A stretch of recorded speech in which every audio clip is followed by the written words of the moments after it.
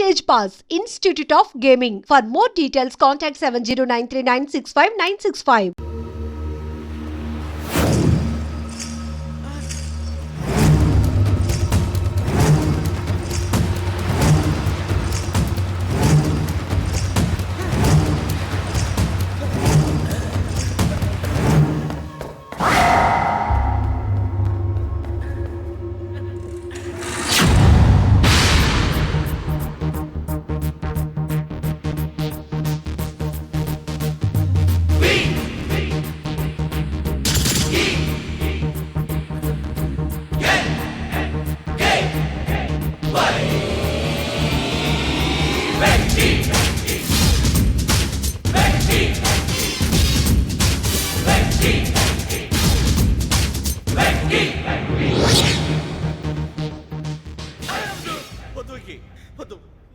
మా నుంచి తప్పించుకోవటం అంత సులభం కాదు.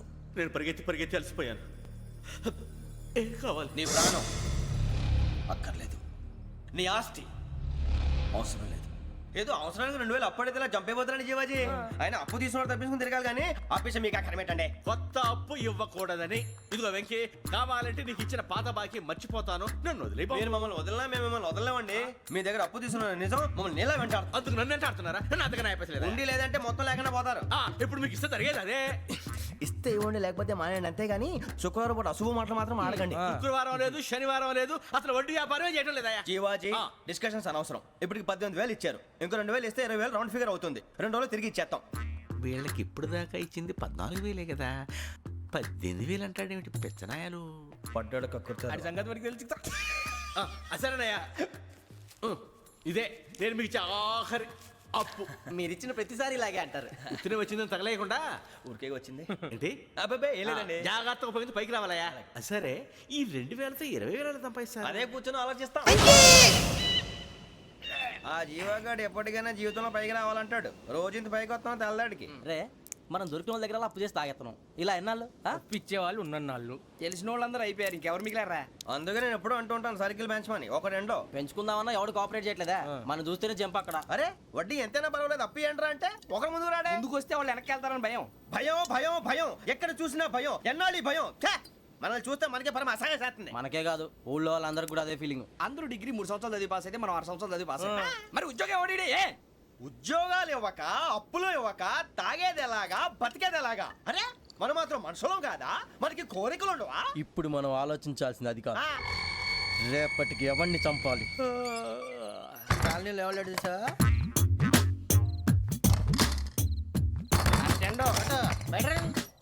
నువ్వా వెంకీ? ఏంటి వెంకీ ఈ టైంలో వచ్చా? నీతో మాడే పని ఉంది, దా చెప్తా. ఏ బాగా నిద్రొస్తుందా? సరిగానే రే, నువ్వు మమ్మల్ని చూసే తలిపేసావా? మామూలుగానే వేసాను. మామూలుగా వేసేవాడివి. మేము రావడానికి 1 నిమిషం ముందో, మేము వెళ్ళాక 1 నిమిషం తర్వాత వేయాలి కానీ బిలాల్ రాజా, నాకు నిద్ర వచ్చి పడుకుందామని తలుపేసుకున్నాను. అయినా నా ఇంటి తలుపులు నేను అడిగేసుకోవాలంటే తప్పు చేసిన కాక ఇంకా గేర్ సమాధానం చెప్తావా? మీ ఇంట్లో పెళ్లిడికి వచ్చిన ఆడపిల్లలు ఎదురున్నారు. ఇదిగో అమ్మాయిలు, మీతో ఎప్పుడైనా యథాశాలు వేసానా? విన్నారా? అడుగు తలుపులు వేసావు. అనవసరంగా గొడవ ఎందుకు? ఇక్కడి నుంచి వెళ్ళండి. గొడవ? మీ ఇంటి మీద పడి ఎప్పుడైనా గొడవ చేశానా బిని గారు? లేదు బాబు. విన్నారా? చెప్పు, మమ్మల్ని చూసి తలుపులు ఎందుకు వేసుకున్నావు? అరే మాకు అప్పించిన వాళ్ళు కూడా మమ్మల్ని చూసి ఎప్పుడు తలుపులు వేసుకోలేదు. ఏం చేయాలి? మరి నువ్వు ఎందుకు వేసుకున్నావు? బాబు టప్ అయిపోయింది, బుద్ధి తక్కువ వేసాను చాలా. అంటే మా మోకాల మీద తలుపులు వేసామని ఒప్పేసుకుంటున్నావు? ఒప్పుకుంటున్నాను. సరే ఇప్పుడు చెప్పు, మా మొఖాల మీద తలుపులు వేసేంత తప్పు మేము ఏం చేసామరా? తప్పైపోయిందని అంటున్నారు కదా, వదిలేయండి బాబు. అదే తప్పు మేము చేసి మమ్మల్ని వదిలేయమంటే మీరు వదిలేస్తారా బినిగారు? తప్పని ఒప్పుకుంటున్నాడు కదా అయ్యా. ఇప్పుడు టైం 11 అయింది, వెళ్ళి పడుకోండి. 11 అయిందా? కొమ్ము ఉంచాడు కదా. నాకు సంబంధం ఏంటి? ఉంది, సంబంధం ఉంది. 11 గంటలకి నా క్లోజ్ ఫ్రెండ్ ఢిల్లీ వెళ్తున్నాడు. 5,000 అప్పిస్తానని ఎయిర్పోర్ట్ రమ్మని చెప్పాడు. నీ గొడవలో పడి ఆ సంగతే మర్చిపోయాను. ఇప్పుడు నాకు జరిగిన నష్టానికి భర్తీ ఎవరు చేస్తారు? మీరా మీరా మీరా? ఎవడు పడితే ఎందుకు చేస్తాడా భర్తీ? మళ్ళీ వాడి నువ్వు తప్పు ఎవడు చేసా వాడు చేస్తా. దానికి కారణం ఈ 10 మనిషే కదా.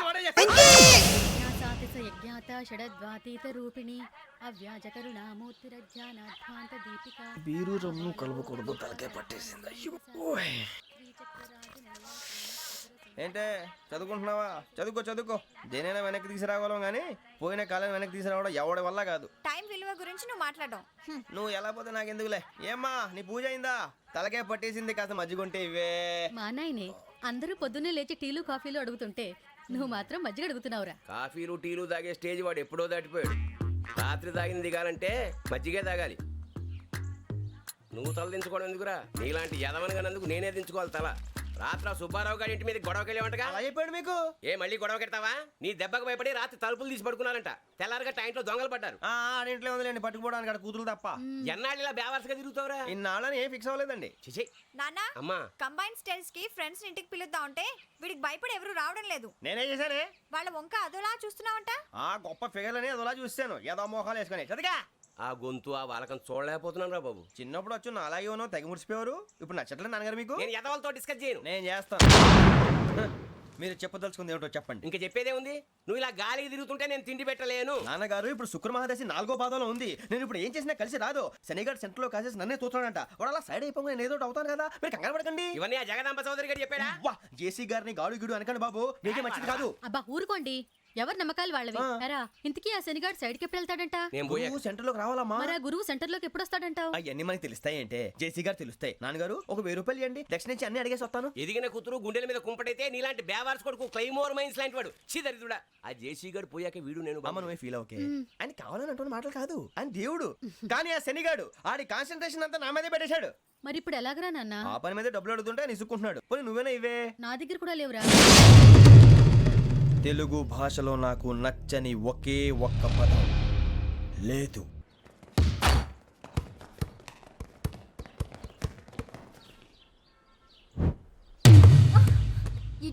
అరే సోరే, బాల్ తీసుకురారా.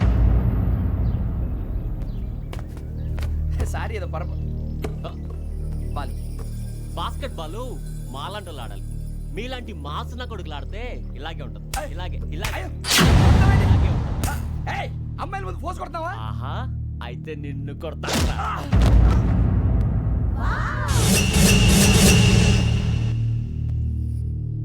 వాడు అమ్మాయిలు ఉన్నారని చూడరా ఎరా రెచ్చిపోతున్నాడు.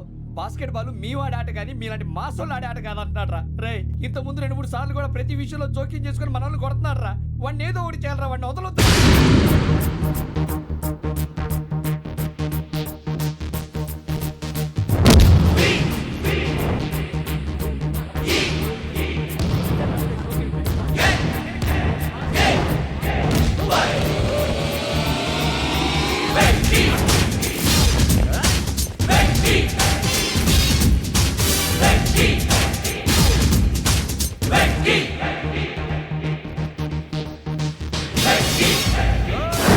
ఆడపిల్లలంటే ఎవరికైనా దెబ్బ తగిలితే అయ్యో అంటారు, మీకేమో ఎవరైనా కొడితే కామెడీ.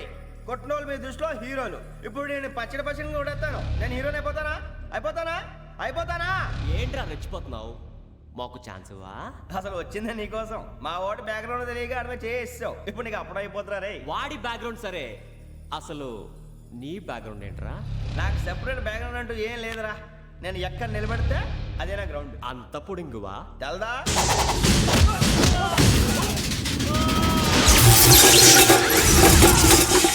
ఎవ్వా మన మామిడి కొట్టినప్పుడు వావ్ అన్నారు, ఇలాగే ఉంటుంది.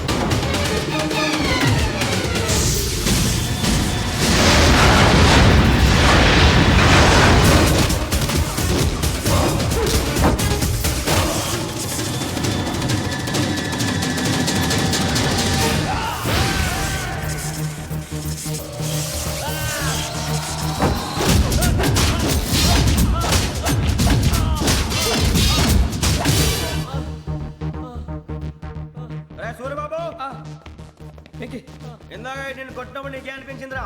కుమ్మేయాలనిపించింది. మరి కొమ్మే. అమ్మో కొమ్ము. రేయ్ నిన్ను అమ్మాయిని గుట్టలు పట్టుకొని కొడతాను. అలా కొడితే ఏ తగ్గుతుందిరా ఆడికి? అసలే ఎక్సైజ్ బాడీ ఏదవుది తప్పు చెప్తాను. కొడితే మడతడిపోవాలి. మాస్తో పెట్టుకుంటే మడతడిపోద్ది. ప్రపంచంలో ప్రతి వాడు ఏదో పని చేసుకుంటున్నాడు, మనం తప్ప. మా కాంట్రాక్టర్ తో చెప్పి పని ఏదైనా ఇప్పించరా? ఎలాంటి పనులు మేము చెయ్యం. డిగ్రీలు బిఏ, నేను ఎంఏ. ఇలా ఇచ్చాడేంట్రా?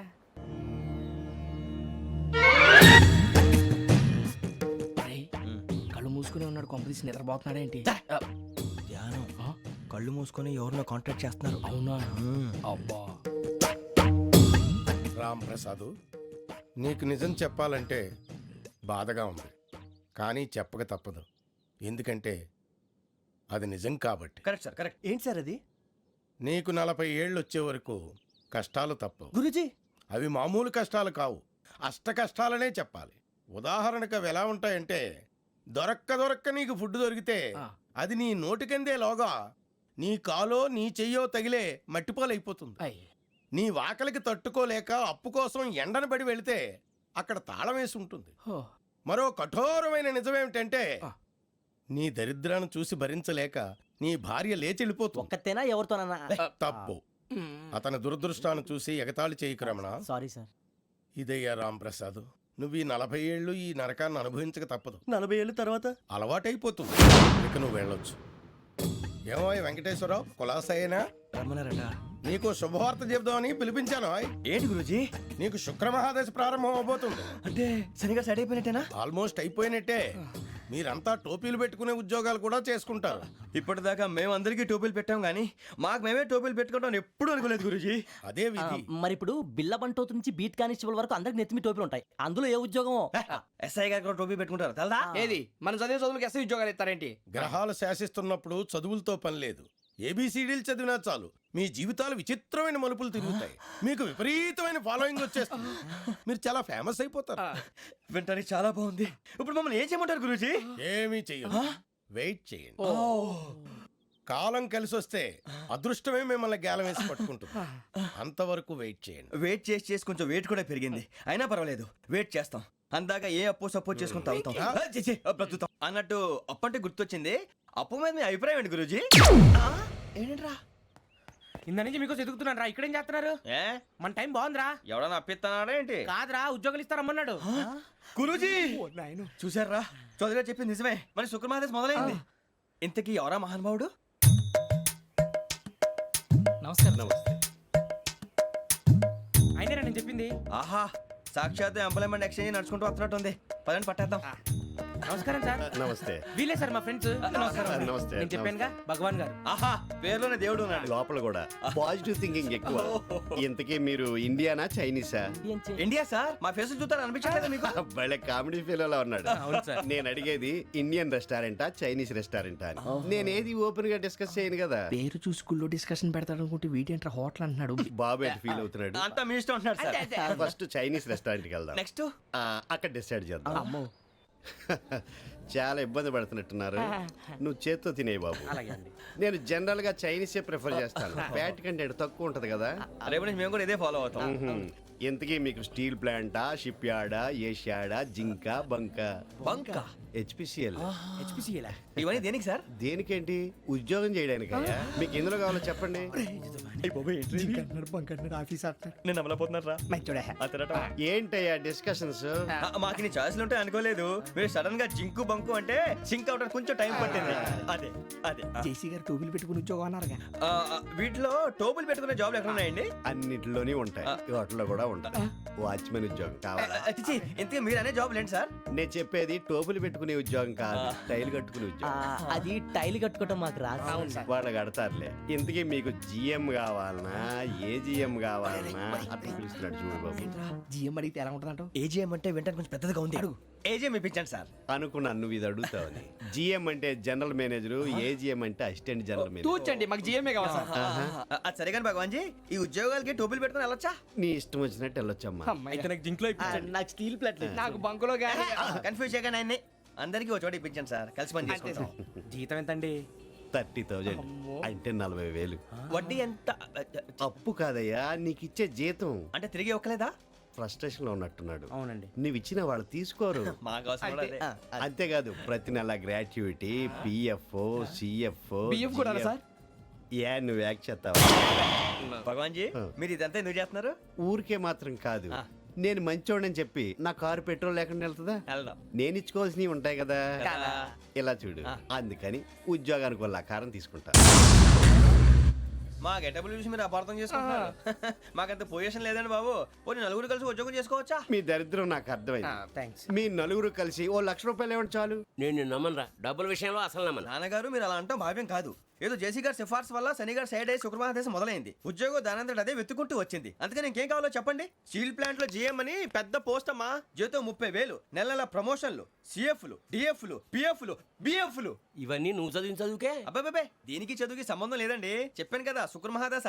అది దాని పవర్ అనుకోండి, ఎఫెక్ట్ ఈ అనుకోండి. రోజుల్లో కూడా గ్రహాలు ఏటా nonsense? అబ్బా ఏంటండి వాడన్న ప్రతిదాన్ని ఇలా కొట్టి పడేస్తారు. చిన్నప్పటి నుంచి లక్షల పోస్ట్ చదివించారు. అమ్మా నువ్వు లేని పోనీ పెట్టుకో. లక్షలు ఎక్కడైనా ఊరుకోరా, మాట వరుస కదాలే. ఒక 25,000 ఇస్తే వాడి జీవితం సెటిల్ అయిపోతుంది అంటున్నాడుగా, అంతగా ఆలోచిస్తారేంటండి? అమ్మా నాకు ఉద్యోగం రాగానే మీ అందరి స్టీల్ ప్లాంట్ షిఫ్ట్ చేస్తానే. ఓకే? నువ్వు చెప్పేదంతా కరెక్టేనా? నాన్నగారు మీకు అంత అనుమానం అది ఇవ్వకండి. సర్లే, ఇప్పటికిప్పుడు అంత డబ్బు అంటే కష్టం కానీ నా కెనటిక్ హోండా అమ్మాలి. నాకు తెలుసు మీరు ఆ నిర్ణయం తీసుకుంటారని, అందుకే పార్టీని పట్టుకొచ్చాను. బయట వెయిటింగ్.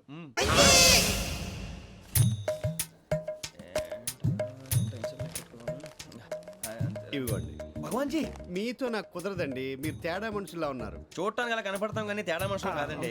ఇది ఎంతో లెక్క పెట్టండి. 5,000 తగ్గిందండి. ఆ విషయం నాకు ముందు చెప్పాలి కదా, ఇది తేడాతనం కదా. సర్దుబాటు కాక జరిగిన పొరపాటు. మా దరిద్రం మీకు తెలియదు కాదు. మీ ప్రాబ్లమ్స్ నాకు అనవసరం అండి. ఇప్పటికే మీ మూలంగా 3 లక్షల బొక్క తెలుసా. మీరు ఫేస్ అంత చిరాగ్గా పెట్టకండి. రే ఆ గొలుసు ఎవరా? తొందరగా ఎవరా, ఆయన కోపం వస్తుంది. ఇదిగో తీసుకోండి. తీసుకోండి ప్లీజ్. భగవాన్ గారు తీసుకోండి సార్ ప్లీజ్.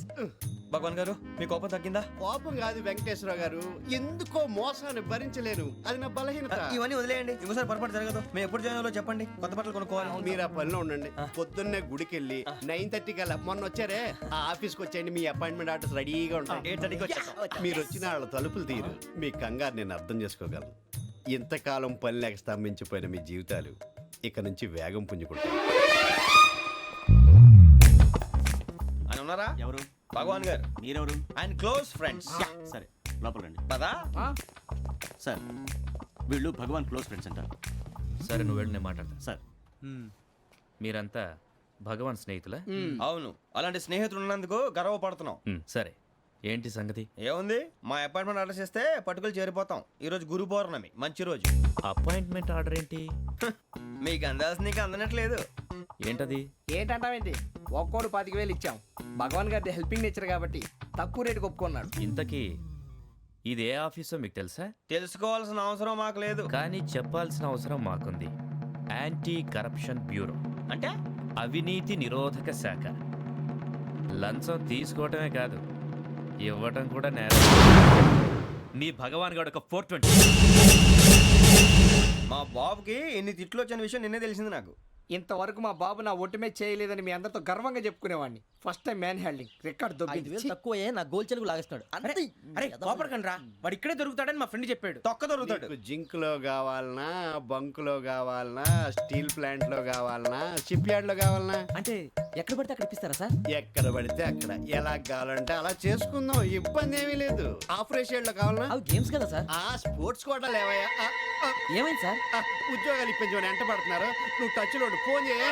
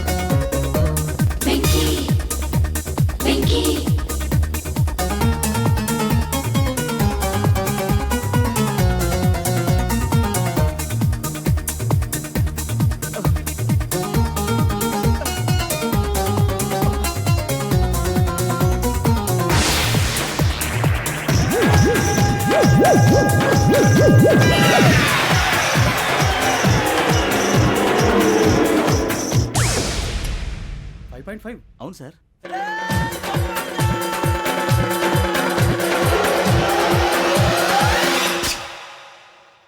గ్రేట్.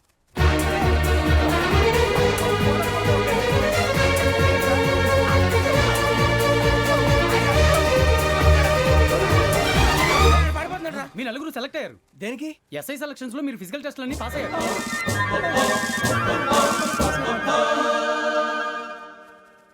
కానీ మేము అప్లై చేయలేదు సార్.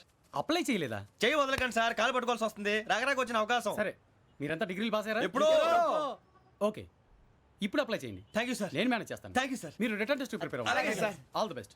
రేయ్, ఈ పరీక్షల్లో సమాధానాలని ఏబిసిడ్యూల్లోనే ఉంటాయి. ప్రతి ప్రశ్నకి 4 ఏదో ఒకటి కరెక్ట్ ఆన్సర్. ఏది కరెక్టో మనకు తెలియదు కదరా. నీకు ఏబిసిడ్యూల్ తెలుసు కదా? తెలుసు. అయితే కళ్ళు మూసుకుని 4 ఏదో ఒకటి రాసుకుంటూ పోతాం. మన అదృష్టం బాగుండి అవి కరెక్ట్ అయితే పాస్ అయిపోతాం. ఎస్ఎల్ కూడా అయిపోతాం. వారిని ఏబిసిడీలు వస్తే ఎస్ఐలు అయిపోతాం అని తెలిస్తే నాన్న కష్టాలు పడి డిగ్రీలు చేసేవాళ్ళం కాదు కదరా. రెడీ, స్టార్ట్ చేద్దాం.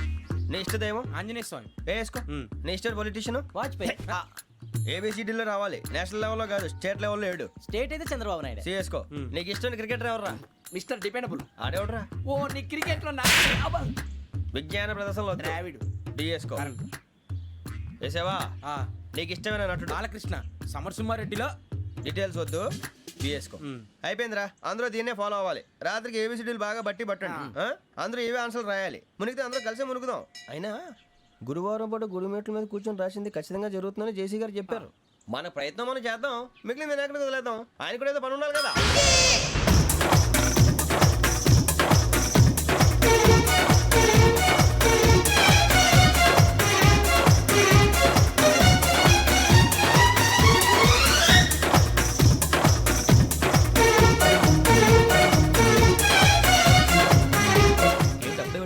మేము దేవుడిని నమ్ముకున్నాం, అందుకే ఫాస్ట్. వాళ్ళని నమ్ముకున్నారు, అందుకే లేట్. అర్థం కాల. మా కాన్సెప్ట్ నీకు అర్థమైతే గుండాకి సత్తావు. వస్తా.